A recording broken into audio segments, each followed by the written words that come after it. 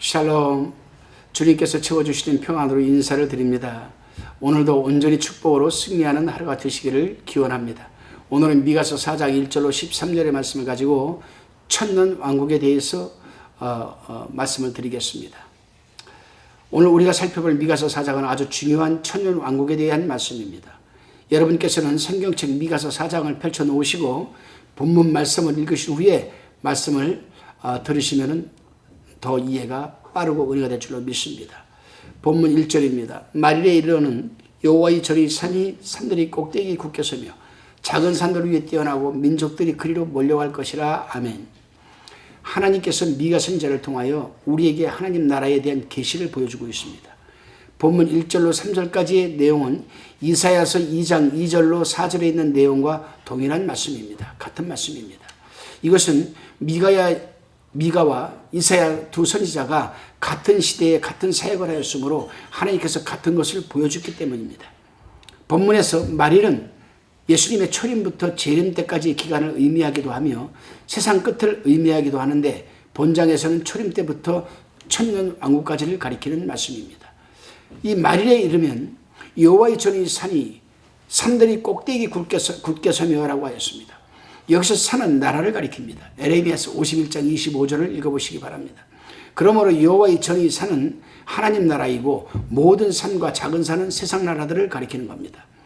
예수님의 초림 때부터 하나님의 나라가 예수님을 통해 이 세상에 임했습니다.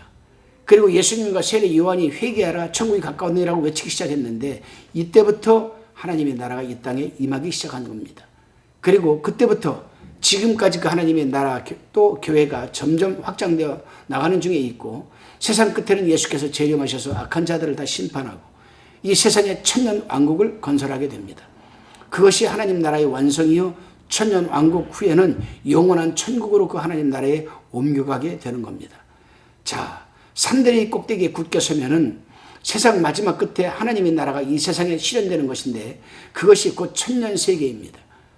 산들이 꼭대기에 굳게 선다는 것은 세상 나라 끝에 하나님의 나라가 완성된다는 겁니다.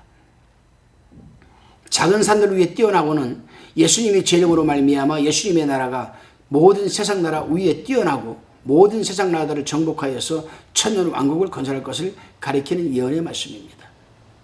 다시금 본문 2절을 살펴봅니다. 곧 많은 이방이 가며 이르기를 오라 우리가 여호와의 산에 올라가서 야곱이 하나님의 전에 이르자 그 도로 우리에게 가르칠 것이라 우리가 그 길로 행하리라 하리니 이는 율법이 시온에서부터 나올 것이요 여호와의 말씀이 예루살렘에서부터 나올 것임이라. 아멘. 이 말씀은요 신약시대에 많은 이방인들이 교회로 몰려들어올 것을 의미하는 거죠. 본문에서 야곱이 하나님이 전에 이르자라고 했는데 여기서 야곱이 하나님은 약속의 하나님, 선택의 하나님이라는 뜻인데 선택받은 백성들이 하나님 앞으로 나아가게 될 것을 가리키는 겁니다. 그래서 하나님 앞으로 나오는 자들에게는 즉 십자가의 도죠. 즉 말씀입니다. 말씀으로 가르침을 받게 되는 겁니다. 다시금 3절로 이어봅니다. 그가 많은 민족 중에 심판하시며 먼 곳 강한 이방을 판결하시리니 무리가 그 칼을 쳐서 보석을 만들고 창을 쳐서 낫을 만들 것이며 이 나라와 저 나라가 다시는 칼을 들고 서로 치지 아니하며 다시는 전쟁을 연습하지 아니하고. 아멘.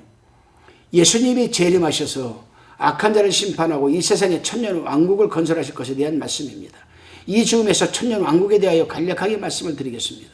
여러분 천년 왕국에 대하여는 세 가지 학설이 있지요. 좀 더 깊게 알고 싶은 분들께서는 민충만 목사의 요한계시록 강해를 읽어보시면 성경적으로 여러분 천년 왕국설에 대해서 자세히 알게 될 겁니다. 먼저는 후천년설 학설이 있습니다. 이것은 그리스도의 재림이 천년 왕국 후에 있다는 학설입니다. 복음이 점진적으로 전 세계에 전파되면 전 세계가 복음화되고 세계 모든 민족이 모두 그리스도께로 돌아와 지상 천국이 된다는 학설입니다. 그러나 이 학설은 성경에 맞지 않는 학설입니다. 그리고 신구약 통일성에도 맞지가 않습니다. 구속사에도 맞지가 않습니다. 왜냐하면 성경은 그리스도 재림 직전에 베개와 큰 환난이 있을 것이라고 말하고 있기 때문입니다. 여러분. 그래서 마태복음 24장 26절로 31절의 말씀과 데살로니가 후서 2장 3절로 12절의 말씀을 읽어보면 여러분 이해가 될 줄로 믿습니다. 무슨 이해요? 후천연설이 틀리는구나. 무천연설이 또 있습니다. 이것은 천년왕국이 없다고 하여서 천년왕국을 부인하는 학설입니다.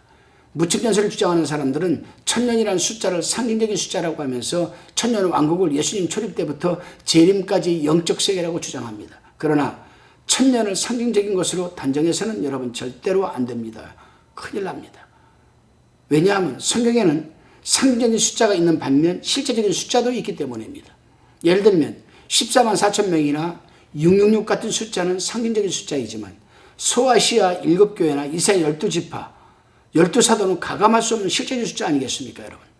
근데 성경에 나오는 모든 숫자를 상징적인 숫자라고 한다면 여러분 어떻게 되겠습니까? 그리고 이 무천년설을 주장하는 사람들은 구원받은 성도의 영이 하늘나라에 가서 사는 것을 천년왕국이라고 하는데, 그러나 천년왕국을 천국으로 보는 것은 잘못된 겁니다. 만일 영적 구원만 주장한다면 육신의 부활도 부인해야 될 것 아니겠습니까, 여러분? 그래서 이 무천년설도 성경적이 아닙니다. 이제 전천년설이 있습니다. 이것은 그리스도의 재림이 천년왕국 전에 있다라는 설입니다. 예수 그리스도께 재림하시면 악한 자는 심판하고 마귀를 천년 동안 무정위에 잡아 가두므로 마귀가 세상을 미혹하지 못하게 되어 천년 동안 죄 없는 시대가 되는 겁니다. 그때에 구원받은 성도들은 부활하여 그리스도로 더불어 땅에서 천년 동안 왕노릇한다는 것입니다. 그리고 천년 왕국이 끝날 무렵에 하나님께서는 마귀를 잠깐 놓아주게 되는데, 그것은 천년 왕국에서 새로 출생한 자 가운데에서 불택자를 가려내기 위해서 그렇게 하는 겁니다. 마귀가 곡과 마곡을 미혹할 때에 불택자는 거기에 가담하여 성도를 핍박하지만 그때 하늘에서 불이 내려와 그들을 심판한다고 요한계시록 20장 9절에서는 분명히 가르치고 있습니다. 그렇습니다, 여러분. 성경은 우리에게 무엇을 가르쳐주고 있습니까? 전천년설을 가르쳐주고 있기 때문에 예수님의 재림은 반드시 천년왕국 전에 이루어지게 되는 것입니다. 꼭 정리해서 외워두시기 바랍니다. 좀 더 깊게 공부를 하시려면은, 자세히 공부하시려면은 민충환 목사가 집필한 요한계시록을 읽어보시면은 성경적인 요한계시록을 보면 아마 정립이 될 줄로 믿습니다. 다시금 본문 4절로 5절입니다. 각 사람이 자기 포도나무 아래와 자기 무화과나무 아래 앉을 것이라.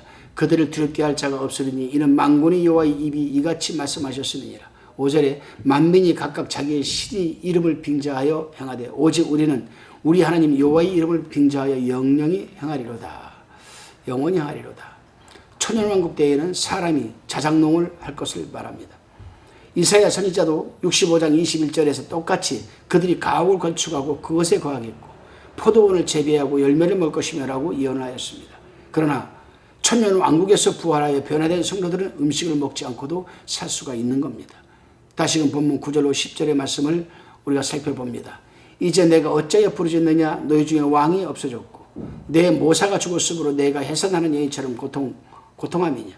10절에 딸 시온이여 해산하는 여인처럼 애써 구로하여 나을지어다. 이제 내가 성읍에서 나가서 들에 거하며 또 바벨론에까지 이르러 거기서 구원을 얻으리니 여호와께서 거기서 너를 너희 원수들이 손에서 속량하여 내시리라. 유다 백성들이 왕이 없어졌고 모사가 죽었고 여러 귀인들이 포로로 잡혀가서 비참하게 되었을지라도 그것 때문에 고통하지 말라는 겁니다. 그것은 더 좋은 것을 주기 위한 일시적인 시련이기 때문입니다. 그렇습니다, 여러분. 성도들은 세상의 것이 없어졌다고 애통하지 말고 영적 구원 문제와 하나님 나라와 하나님의 의의 실현을 위해서 애통하고 기도해야 됩니다, 여러분.